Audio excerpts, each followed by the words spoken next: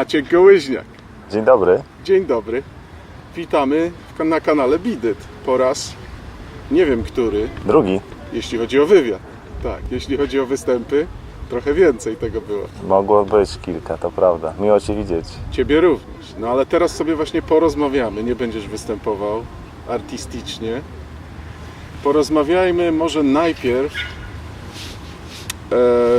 o transferze. Twoim transferze. Masz na myśli? Kluby piłkarskie nas nie interesują dzisiaj. No niestety nie. Żałuję bardzo. Słyszałem, że dość intratne transfery.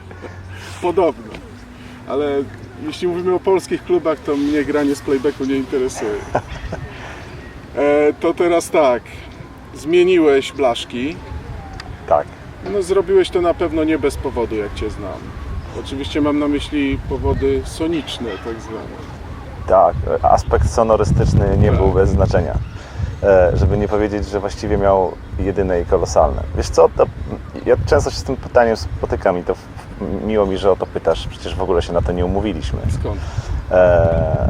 Bo wiadomo, że najłatwiej jest te teorie spiskowe knuć, mimo tego, że po pierwsze ja, mały misio, transfer żaden, żadna wielka heca z tego. Znasz mnie długo, wiesz, rozmawialiśmy o tym, że jakby plan na to, żeby myśleć organicznie o brzmieniu instrumentu, był już od dawna. W ten plan poprzedni brand, któremu jestem bardzo wdzięczny za wiele lat, Krystianowi Czarneckiemu, za operowanie tym w taki sposób, że dało się pracować na takim poziomie, na jakim no, nie było potrzeba tej pomocy. Wielkie dzięki. Natomiast zwyczajnie zauważyłem, że firma Savian skręciła po prostu w stronę jakby brzmienia, które zupełnie mnie już nie raczyło. Nie twierdzę, że to źle czy dobrze, to pewnie wybór marketingowy firmy albo wybór jakiejś drogi na przyszłość. Natomiast mnie interesował już coraz bardziej indywidualny stosunek do brzmienia własnego i stąd ten wybór, bo Agop jest firmą, gdzie właściwie nie ma szansy znaleźć drugiej takiej blachy. Jak Ci się uda jakimś dziwnym sposobem zniszczyć talerz, który masz, to właściwie możesz zapomnieć, że go odzyskasz. Możesz szukać nowej drogi i to jest rzecz, która mnie urzeka w tym. Mnie powtarzalność w tym aspekcie grania na bębnach kompletnie nie raczy. Szukałem też wyzwań, bo są to talerze bardzo wymagające i takie, które zmieniają myślenie o artykulacji. Wymagają od Ciebie pracy w trochę innym aspekcie niż do tej pory. Dalekie są od brzmienia, które moglibyśmy uznać za klasyczne w rozumieniu muzyki pop. Za to bardzo bliskie są brzmieniom, które przez lata słuchaliśmy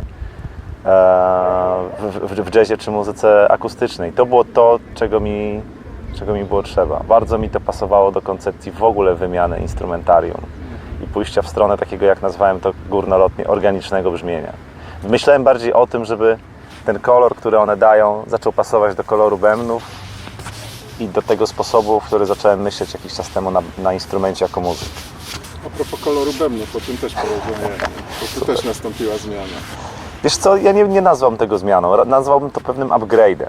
To znaczy, myślę, że w życiu każdego muzyka, który świadomie pracując, chcąc się rozwijać, myśląc o sobie jako o osobie, którą inni zapraszają do współpracy z jakiegoś powodu, to naturalną koleją rzeczy jest otarcie się o małe brandy butikowe, o producentów, nie bójmy się tego powiedzieć, niszowych. Takich ja nazywam Johna Craviotto raczej lutnikiem niż producentem, bo miałem okazję go poznać, miałem okazję z nim rozmawiać i wydawało mi się, że skoro zakochałem się w werblach, no to nie sposób jest nie spróbować setu. No, nie udało mi się przestrzelić, na szczęście. I jestem bardzo usatysfakcjonowany z tego. To też jest trudny instrument do grania, żeby nie powiedzieć, że sobie nie wyobrażałem, że aż tak trudny. Pomijając już takie aspekty, jak to, że reaguje bardzo poważnie na warunki pogodowe, to też przez pierwsze 2 tygodnie nie istniałem na tym instrumencie kompletnie. Wydawało mi się, że po prostu on nie gra, a ja nic nie umiem. I tak sobie te 2 tygodnie spędziliśmy w sali razem, przyglądając się jeden drugiemu. No właśnie, to Dotyczy to pewnie i blach, i bębnów. Czy możemy powiedzieć, że to te instrumenty teraz wpływają na Twoją grę, czy raczej Twoje myślenie o grze doprowadziło Cię do tych instrumentów? Ja myślę, że jedno i drugie, bo nie możesz przewidzieć efektu, jaki Cię spotka w momencie, w którym siadasz za taki zestaw. To nie jest instrument, za który możesz usiąść w sklepie muzycznym, wiesz, w Warszawie, Poznaniu, Bydgoszczy, czy Toruniu, czy gdzieś. Nie ma takiej szansy. To jest wypadkowa Twoich wyobrażeń o tym, jak może brzmieć instrument z jednej deski, jak może brzmieć instrument z jesionu, jak może brzmieć instrument z taką krawędzią i z takim grubym korpusem. To jest wszystko loteria. Absolutnie jest to loteria. I teraz